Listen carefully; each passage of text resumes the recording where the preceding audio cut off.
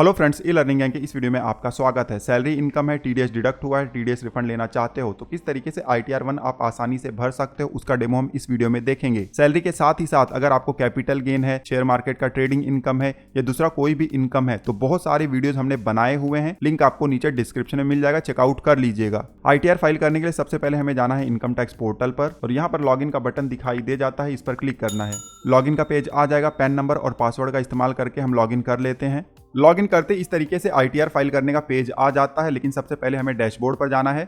Dashboard पर आओगे तो सबसे पहले ऊपर आपको AIS का ऑप्शन दिखाई दे जाता है, इस पर क्लिक करो। यहाँ पर आपको इनकम का डिटेल दिखाई दे जाएगा, इसको क्रॉस वेरीफाई कर लो। जैसे हमारे केस में सैलरी मेजर इनकम है तो इसको फॉर्म नंबर 16 से हम वेरीफाई कर लेंगे। हमारे केस में बिल्कुल मैच हो रहा है। आपको भी इस तरीके से चेकआउट कर लेना है। डिविडेंड वगैरह है, इंटरेस्ट है, इसको आप बैंक स्टेटमेंट से चेक कर लीजिएगा। और इनकम यहाँ पर अगर ज्यादा दिखा रहा है तो क्यों ज्यादा दिखा रहा है उसका फीडबैक आप जरूर सबमिट करिएगा। AIS चेक कर लो तो यहाँ ई फाइल में जाना है, इनकम टैक्स रिटर्न में जाना है और यहाँ पर व्यू फॉर्म 26 AS है, इस पर क्लिक करके आप अपने TDS का डिटेल चेक कर लो। इस तरीके से डिटेल आपको दिखाई दे जाएगा। हमारे फॉर्म नंबर 16 से ये मैच भी हो रहा है, ठीक है। तो आपको वेरीफाई जरूर कर लेना है। अब यहाँ पर मान लो कुछ इनकम्प्लीट है तो आपको डिडक्टर से कांटेक्ट करके उसको सही करा लेना है, अदरवाइज आपको क्रेडिट नहीं मिलेगा। 26 AS चेक कर लो, उसके बाद बैंक अकाउंट यहाँ पर आपको दिखाई दे रहा है, उसके सामने अपडेट का बटन है, इस पर क्लिक करके ये चेक कर लो कि आपका वैलिड बैंक अकाउंट लिंक है, वैलिडेटेड भी है। कम से कम एक बैंक अकाउंट वैलिडेटेड होना ही चाहिए, ठीक है। अदरवाइज ITR भी फाइल नहीं होगा, ना ही रिफंड आएगा। बैंक डिटेल जब आप चेक कर लो तो ऊपर देखिए कॉन्टैक्ट डिटेल भी है, इसके सामने भी अपडेट का बटन है, क्लिक करके आप अपना mobile number, email ID check कर लो। सारा डिटेल जब आप चेक कर लो और सब कुछ अगर अप टू डेट है तब आपको यहाँ फाइल नाउ का बटन दिखाई दे जाएगा, इस पर क्लिक करना है। क्लिक करोगे असेसमेंट ईयर का पेज आ जाता है। असेसमेंट ईयर ऑटोमेटिकली सिलेक्टेड है। अब नीचे आएंगे, मोड ऑफ फाइलिंग में ऑनलाइन सेलेक्ट करेंगे, फिर नीचे कंटिन्यू का बटन है, क्लिक कर देंगे। इस तरीके से पेज आ जाता है। यहाँ पर स्टार्ट न्यू फाइलिंग का बटन दिखाई देगा, क्लिक कर दो। फिर इस तरीके से पेज आएगा असेसी का, इंडिविजुअल ऑटोमेटिकली सिलेक्टेड है, नीचे कंटिन्यू का बटन दिखाई दे जाएगा, क्लिक कर दो। ITR फॉर्म सेलेक्ट करने का पेज आ जाता है। ITR1 हम सेलेक्ट कर लेंगे, नीचे हमें प्रोसीड विद ITR1 का बटन दिखाई दे जाएगा, क्लिक कर देंगे। अब पॉपअप आ जाता है, ओके पर क्लिक करेंगे। फिर यहाँ पर लेट्स गेट स्टार्टेड का बटन है, क्लिक कर देंगे। अब यहाँ पर हमें रीज़न बताना है क्यों हम ITR फाइल करना चाहते हैं। हमारे केस में पहला वाला रीज़न एप्लीकेबल है क्योंकि हमारा इनकम ज़्यादा है बेसिक एग्जम्पशन लिमिट से। आपके केस में जो भी एप्लीकेबल होगा उसको आप सिलेक्ट कर लीजिएगा और उसके बाद नीचे कंटिन्यू का बटन है, क्लिक कर देना है। इस तरीके से आपको पेज आ जाएगा। यहाँ पर आपको पॉपअप दिखाई दे जाता है कि बहुत सारा डेटा आपका प्रीफिल्ड आएगा, लेकिन फिर भी उसको आप वेरीफाई कर लीजिएगा, ठीक है। कभी कभी यहाँ पर रॉन्ग डेटा आ जाता है। ओके पर क्लिक करेंगे। अब रिटर्न समरी का पेज इस तरीके से आता है। यहाँ पर अलग अलग टैब हैं, वन बाय वन हम सबको भरेंगे। सबसे ऊपर हमें पर्सनल इन्फॉर्मेशन का टैब दिखाई दे जाता है, इस पर क्लिक करेंगे। पर्सनल इन्फॉर्मेशन का पेज इस तरीके से आ जाता है। यहाँ पर प्रोफाइल डिटेल है, नीचे कॉन्टैक्ट डिटेल है। ये सबका इंडिविजुअल होता है तो खुद से वेरीफाई कर लीजिएगा। और उसके बाद नीचे आना है। नीचे आओगे, नेचर ऑफ एम्प्लॉयमेंट है, ड्रॉप डाउन पर क्लिक करो। जो एम्प्लॉयमेंट आपके लिए एप्लीकेबल होगा उसको आप सेलेक्ट कर लीजिएगा। हमारे केस में प्राइवेट सेक्टर एम्प्लॉय है तो अदर सेलेक्ट कर लेंगे। फाइलिंग सेक्शन में 139(1) अगर ड्यू डेट से पहले फाइल कर रहे हो तो, ठीक है। और नीचे आएंगे, नया टैक्स सिस्टम चुनना है या पुराना। नया टैक्स सिस्टम के लिए नो सेलेक्ट करना है, पुराने के लिए यस सेलेक्ट करना है। ITR1 पुराने टैक्स सिस्टम से फाइल करना चाहते हो तो वीडियो हमने बनाया हुआ है, लिंक आपको नीचे डिस्क्रिप्शन में मिल जाएगा। हम न्यू टैक्स सिस्टम में फाइल करना चाहते हैं तो नो सेलेक्ट करेंगे। नीचे आएंगे, बैंक डिटेल का रो है, इस पर क्लिक करेंगे।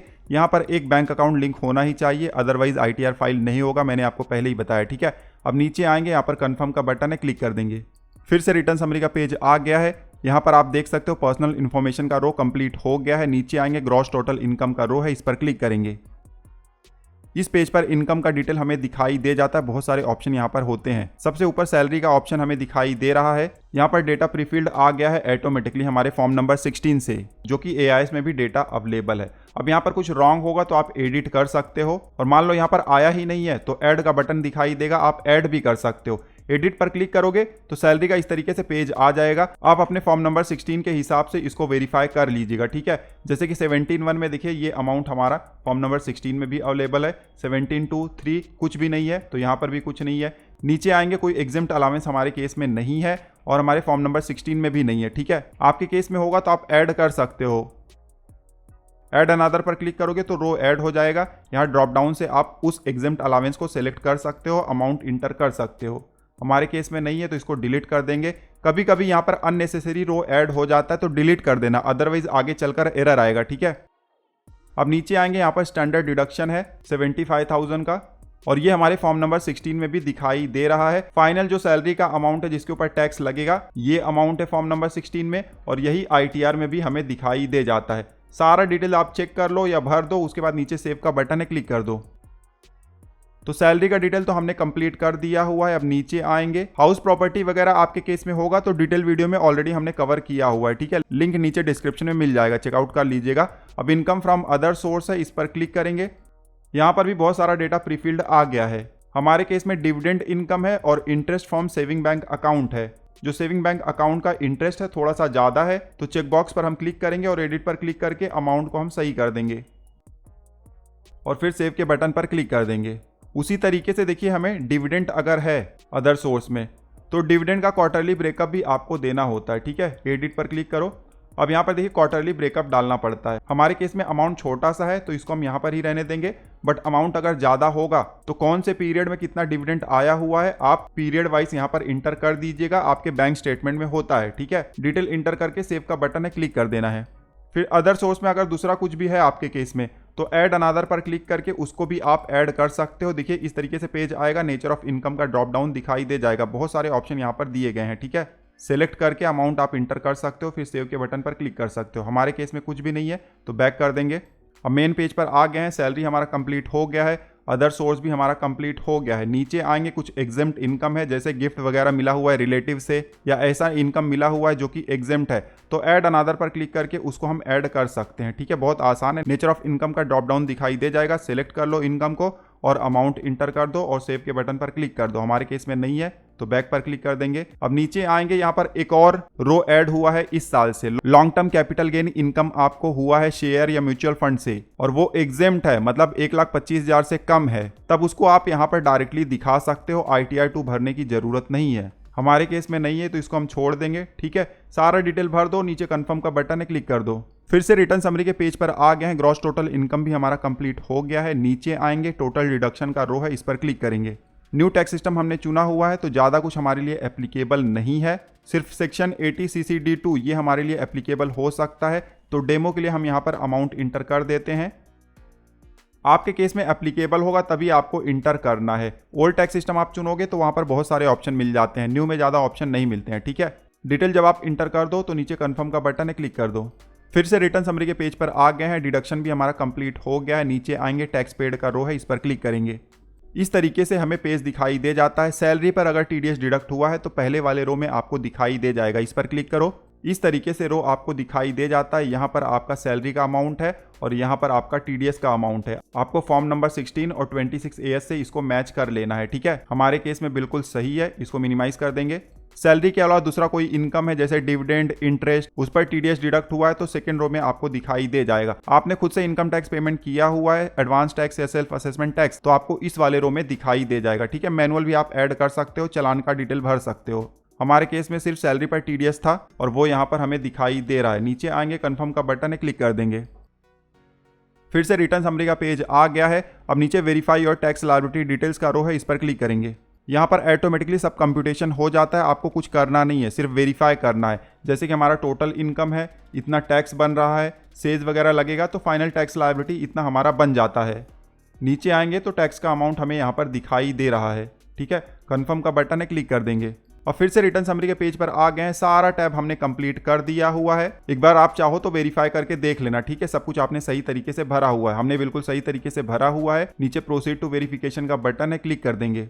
क्लिक करेंगे तो अब हमें दिखाई दे रहा है कि इतना रिफंड हमें मिलेगा। यहाँ पर फिर से कंप्यूटेशन वगैरह दिखाई दे जाता है। एकदम नीचे आओगे तो यहाँ पर आपको बताया जाता है कि कितना आपका टैक्स लायबिलिटी था, कितना आपने पे किया हुआ है और कितना रिफंड मिलेगा।